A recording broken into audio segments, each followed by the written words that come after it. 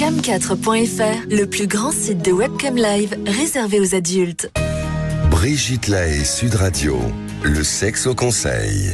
Alors, on va parler des caresses anales. J'ai eu cette idée de ce sexe au conseil, Emma Becker, parce qu'il y a une scène dans le livre. J'ai noté page 192. Je ne vais pas la lire, parce que je laisse le plaisir aux auditeurs de la découvrir.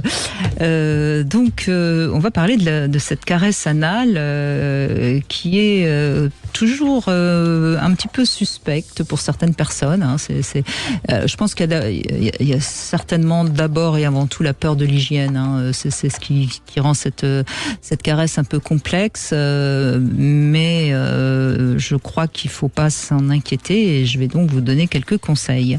Ça peut d'abord démarrer juste par un titillement avec un doigt ou pourquoi pas avec la langue. C'est généralement plus agréable pour la personne avec la langue. Pourquoi ? Parce que la langue, il y a un peu de salive, c'est moins dur qu'un doigt et c'est souvent plus facile de commencer avec la langue. Mais pour ça, il ne faut pas avoir peur de ce qu'on peut y trouver au bout de la langue. Voilà. Mais oui, parce que mais bien sûr. Parce qu'une caresse anale, ça se fait dans le feu de l'action. Ça se fait pas ce soir, ma chérie ou mon chéri, je vais te faire une caresse anale, parce que sinon ça perd de tout son charme. Vous êtes d'accord avec ça ? Je suis tout à fait d'accord. Bon, voilà. Alors, cela dit, ça peut, avec la langue, il n'y a pas de raison que ce soit douloureux. Avec un doigt, si c'est bien fait, c'est pas douloureux. Si on a mal, c'est parce qu'on a justement tendance à resserrer les fesses, si je puis dire. Donc le conseil qu'on peut déjà donner, laissez-vous un petit peu aller. Ça ne va pas être une pénétration avec un plug ou un pénis. Une caresse anale, c'est juste un petit titillement de cette zone anale qui est une zone érogène parce qu'elle est particulièrement énervée. Et autre particularité de cette zone, elle est identique chez l'homme et chez la femme.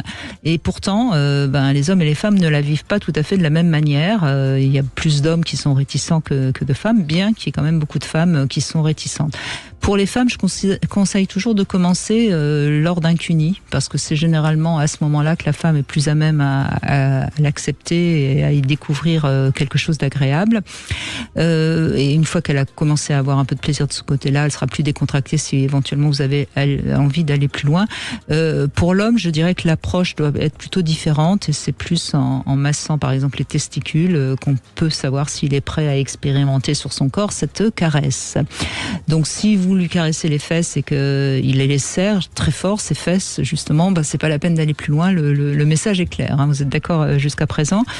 Voilà. Alors après, qu'est-ce qui fait qu'on accepte ou pas ? Est-ce que c'est physique ? Est-ce que c'est psychique ? Je veux dire, qu'importe. Ce qu'il faut, évidemment, c'est respecter le consentement de l'autre.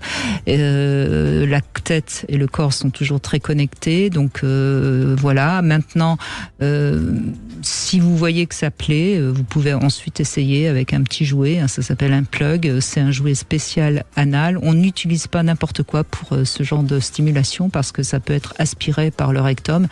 Et à ce moment-là, c'est plus une partie de plaisir puisqu'il faut aller aux urgences. Vous voulez ajouter quelque chose peut-être ? Écoutez, j'ajouterais peut-être, je suis pas docteur, mais si on commence avec une fille, comme vous disiez pendant un cuni, je pense qu'il faut faire attention quand même à ne pas ramener des bactéries dans la zone vaginale, qui est quand même qui est très sensible à ce genre de bactéries qui peuvent modifier la flore et donner des infections ou des mycoses. Mais vous avez raison, mais si on reste vraiment... Oui, si on reste en extérieur, bien sûr, c'est... Au niveau de l'extérieur de l'anus, il n'y a pas trop de problème. Mais vous avez absolument raison. Pas de pénétration vaginale après une pénétration anale sans changer de préservatif. Tout à fait. Absolument.